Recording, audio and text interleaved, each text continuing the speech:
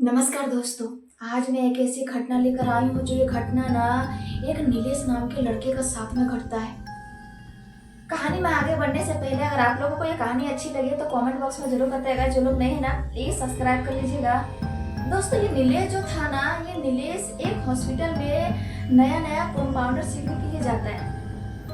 वहाँ पे वो मन लगा के काम करता है। रोज सुबह अपने घर से डब्बा लेता था, टिफिन, और वो हॉस्पिटल के लिए निकल जाता था। दिन भर वो पेशेंटों को देख रेख करता, उनके सीनियर जो बोलते हैं वो करता, और जब उनका टाइम खत्म हो जाता फिर वो अपने घर पे आ जाता। ऐसा इनका कुछ दिन तक चलता है। इनका डे ड्यूटी एक सप्ताह तक चलता है। उसके बाद जैसे अगले हफ्ता होता है ना, तो नीलेश को ना नाइट ड्यूटी लग जाता है, नाइट शिफ्ट।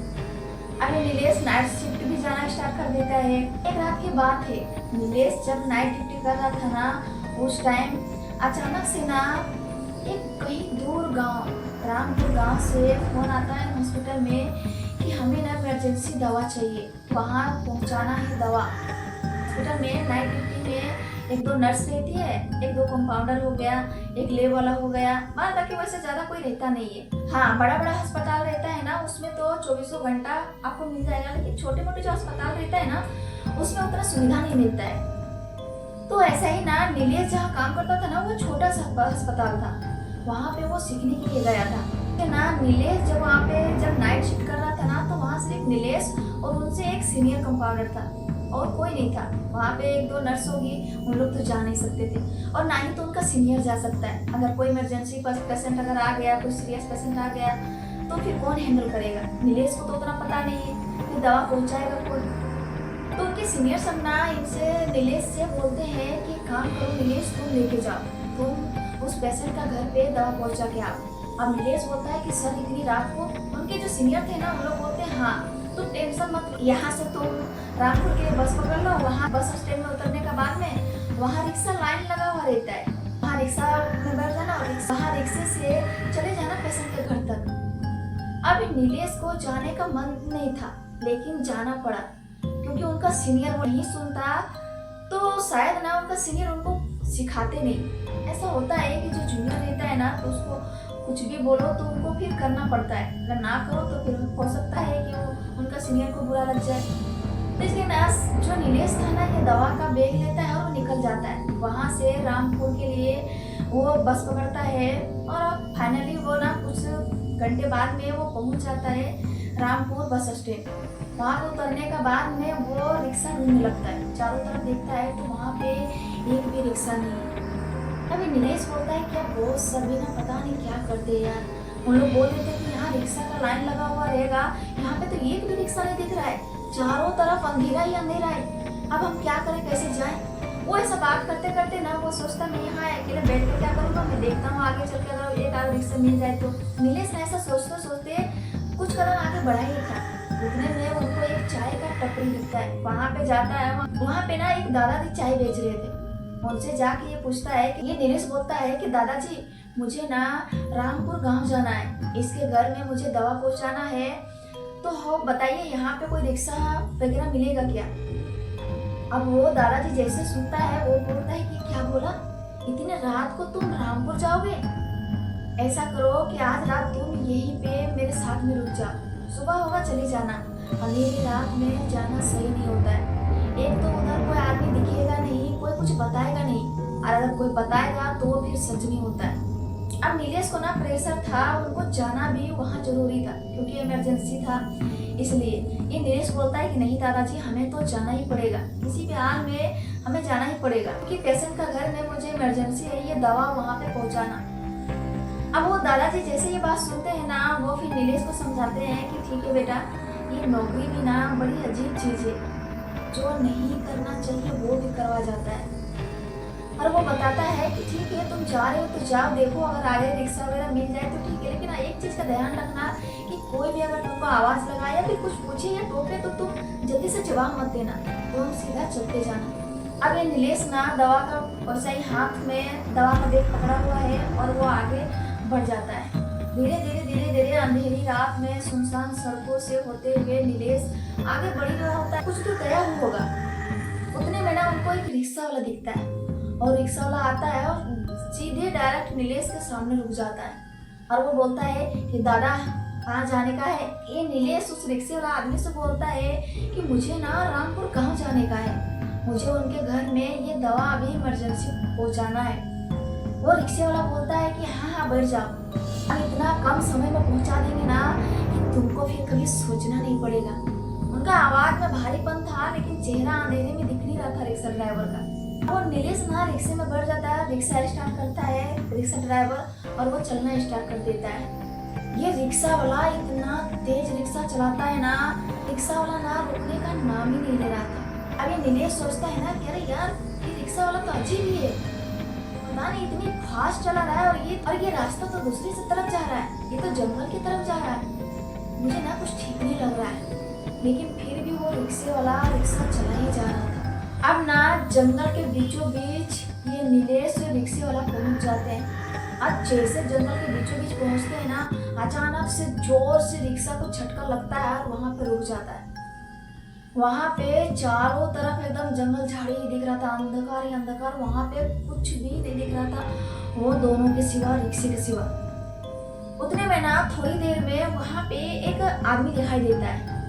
वो आदमी सीधे नीलेश की तरफ घूरे जा रहा था। ये सोचता है कि भाई ये आदमी कौन है, इतनी रात को ये जंगल के बीचों बीच क्या कर रहा है। वो रिक्शा वाला भी ना कुछ नहीं बोल रहा है, वो चुपचाप होकर बैठा हुआ है और इशारे में ना वो जो बाहर आदमी जो खड़ा था ना उसको इशारा कर रहा था। अब जैसे ये रिक्शा ड्राइवर इशारा करता है वो आदमी ना रिक्शे की तरफ आने लगता है। रिक्शा वाला इनको डांटता है, तुम इतनी रात को क्यों आए इधर, भाग जाओ यहाँ से, जितना जल्दी होगा भाग जाओ। अभी नीलेश को समझ में नहीं आ रहा था ये आखिर ये रिक्शे वालों को समझा रहा है या फिर मुझे समझा रहा है, मुझे डरा रहा है, मुझे धमका रहा है। रिक्शे वाला के इशारे पे वो आके रिक्शे के पास आया और रिक्शा वाला इनको बोल रहा है कि तुम्हें यहाँ पे नहीं आना चाहिए था, तुम यहाँ से भाग जाओ नहीं तो फिर पछताओगे। वहाँ पे नीलेश ना समझ नहीं पाया, वो बैठा ही रिक्शा में, एक हाथ में उनका दवा का बैग है। वो रिक्शा ड्राइवर ना बार बार उनके दवा का बैग की तरफ ही देख रहा था।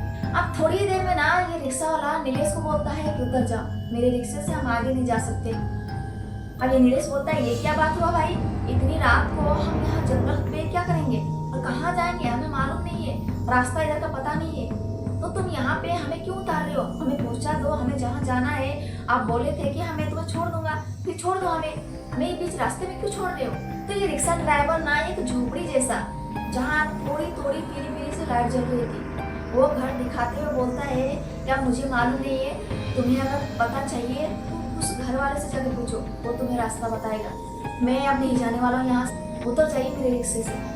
अरे नीलेश वहाँ पे ना चाहते हुए भी वो उतर जाता है और वहाँ पे उतरने के बाद में वही झोपड़ी के पास वो पहुँचता है। वहाँ ना पहले से दरवाजा खुला था। ये नीलेश ना अंदर जाता है और अंदर जाते आवाज लगाता है कि कोई हो प्लीज बाहर निकलिए, हमें बताइए, इधर का रास्ता हमें पता नहीं है, हमें उसके घर पे जाना है। अब वहाँ पे कोने में ना अंधेरे में एक बुढ़ा बैठा हुआ है जो बिल्कुल हिल डुल नहीं रहा था। वो सिर्फ ये बोल रहा है आ गए तुम, तुम्हारा ही इंतजार था। नीलेश घबरा जाता है कि आप कहना क्या चाहते हो, मेरा इंतजार। बुढ़ा बताता है कि जो कोई भी यहाँ आता है ना अपना मर्जी से नहीं आता है, उसे हम लोग बुलाते हैं, यहाँ हमारी मर्जी से यहाँ पे आता है, और जो आता है यहाँ से वो दोबारा जाता नहीं है। ऐसा जैसे बोलता है ना, उनका जो दरवाजा था ना वो पूरा जोर से बंद हो जाता है। इतना तेज से बंद होता है ना, ये नीलेश इतना घबरा जाता है कि आखिर ये चल क्या रहा है। ये इतना नीलेश सोच ही रहा था, उतने में ना बाहर से आवाज आता है, वही रिक्शा ड्राइवर और वो जो आदमी था ना वो दोनों क्या बात करते हैं, आज बहुत दिनों बाद हमें कोई शिकार मिला है, हमारा भूख मिटाएगा ये, चलो चल के मारते हैं इसको, आज बहुत दिनों बाद हमारा आत्मा को तृप्ति मिलेगा। और वो दोनों ना वो दरवाजा बंद होते हुए भी वो दोनों अंदर आ जाते हैं नीलेश के पास। अब ये चीज जैसे देखता है ना वो सारा चीज समझ आता है।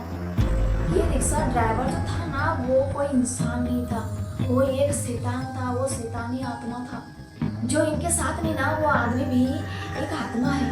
अब ये नीलेश ना घबराते हुए बोलता है कि हमें प्लीज माफ कर दो, हमें छोड़ दो, हमें यहाँ से जाने दो। लेकिन वो दोनों सुनता ही नहीं है। वो जो कुर्सी में बुड्ढा बैठा था ना, वो बुड्ढा अपने आप अचानक से गायब हो जाता है। और धीरे धीरे ये दोनों का चेहरा इतनी भयानक रूप लेने लगता है ना, पूरी बड़ी बड़ी आंखें दोनों का हो जाता है, पाँव उन लोग का उल्टा हो जाता है, उंगलियों में इतनी लंबी लंबी नाखूनें थी ना। ये सारा चीज नजारा देख के ना नीलेश को हालत खराब हो जाता है।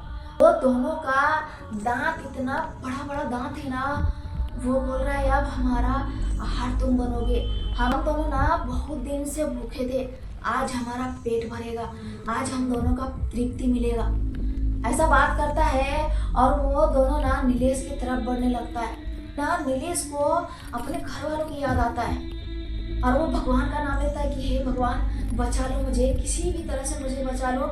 नीलेश ना अपने घर के कुल देवता का नाम लेता है। जैसे कुल देवता का नाम लेता है ना, उनके सामने एक जोर सी बिजली कड़कती है। वो बिजली कड़कती है ना, तो वो दोनों जो रिक्शा ड्राइवर का आत्मा था, वो उस आदमी का आत्मा था ना, वो वहां से चिल्लाते हुए गायब हो जाता है। और नीलेश का सामने पूरा चारों तरफ अंधेरा छा जाता है और वो ना बेहोश हो जाता है।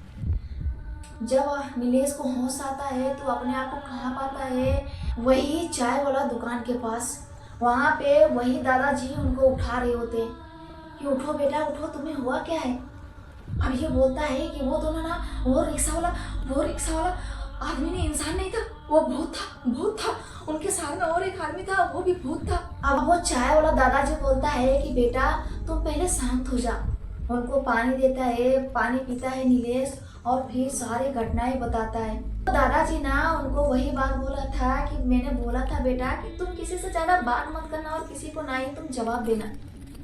तुमको जाना है तो सीधे चले जाना। अभी क्या था कि तुम आज रात मेरे ही यहाँ पे रुक जाओ, सुबह चले जाना। लेकिन तुम तो सुने नहीं कि मुझे इमरजेंसी वहाँ पे पहुँचाना है।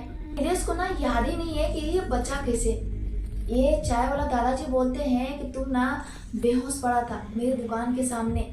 जब मैं सुबह आया तो मैं देखा कि तुम वहाँ पे बेहोश लेटा हुआ है, इसलिए मैं तुम्हें उठा रहा था। और वहाँ से नीलेश ना जितना जल्दी हुआ अपने हॉस्पिटल पहुँचा। हॉस्पिटल आने का बाद में वो ना किसी से कुछ नहीं बोला।